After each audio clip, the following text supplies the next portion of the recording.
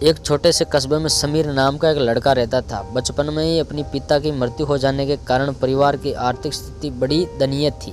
समीर की माँ कुछ पढ़ी लिखी जरूर थी, लेकिन उतनी पढ़ाई से नौकरी कहाँ मिलने वाली थी। सो घर घर बर्तन मांज कर अपनी सिलाई बुनाई का काम करके किसी तरह अपने बच्चों को पढ़ा लिखा रही थी। समीर स्वभाव से थोड़ा शर्मिला था और अक्सर चुपचाप बैठा रहता था।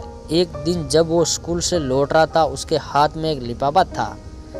उसने माँ को लिफाफा पकड़ाते हुए कहा, माँ, मास्टर साहब तुम्हारे लिए ये चिट्ठी भेजी है, जरा देखो तो इसमें क्या लिखा है।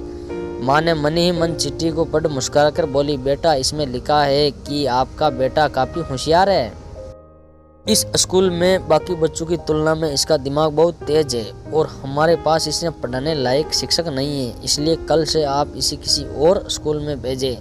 ये बात सुनकर समीर को स्कूल न जाने का सुकून का दुख तो हुआ, पर साथ ही उनका मन आत्मविश्वास से भर गया कि वो कुछ खास है और उसकी बुद्धि तीव्र है। माँ ने उसका दाखिला एक अन्य स्कूल में करा दिया। समय बीतने लगा। समीर ने खूब मेहनत से पढ़ाई की और आगे चलकर सिविल सर्विस परीक्षा के पास होकर आईएएस ऑफिसर बन गया।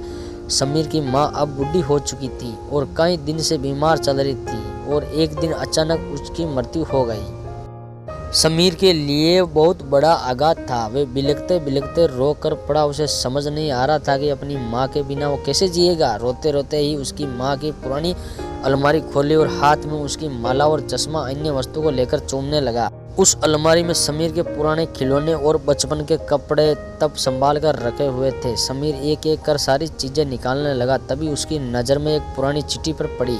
दरअसल वो चिट्ठी थी जो मास्टर साहब ने उसे 18 साल पहले दी थी। नम आंखों में समीर उसे पढ़ने लगा। आदरणीय बाबूमान, आपको बताते हुए हमें अफसोस हो रहा है कि आपका बेटा समीर पढ़ाई में बहुत कमज़ोर है और खेल कूद में भी भाग नहीं लेता है। जान पड़ता है कि उम्र के हिसाब से समीर की बुद्धि विकसित नहीं हो पाई। अंत इसे अपने विद्यालय में पढ़ाने में असमर्थ हैं। आपसे निवेदन है कि समीर का दाखिला किसी मंदबुद्धि विद्यालय में कराए अथवा खुद के घर पर रख रखाव पढ़ाए। प्रिंसिपल समीर जानता था कि भले ही उनकी माँ इस दुनिया में नहीं रही, पर वो जहाँ भी रहे उनकी ममता का आशीर्वाद सदा उस पर बना रहेगा।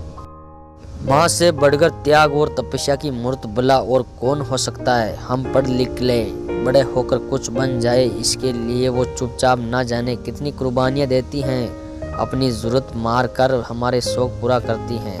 यहाँ तक कि संतान बुरा व्यवहार करे तो माँ उनका भला ही सोचती हैं। सचमुच में माँ जैसा कोई नहीं हो सकता है। कृपया माँ की स्टोरी अच्छी लगे तो लाइक